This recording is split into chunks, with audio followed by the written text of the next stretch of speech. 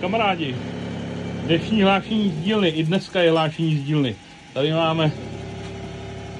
Začal jsem soustružit a přišel tadyhle kamarád a když jsem viděl, co má na tričku, a vzal mu to z ruky, veď? Co má na tričku, tak jsem od toho šel pryč a dal jsem mu to.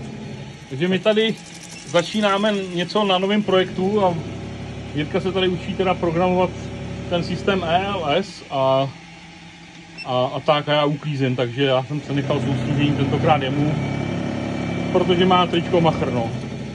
Tak jo, mějte se hezký víkend a Čau, čau. já jsem chtěl hezkou neděli, hezkou sobotu, čau.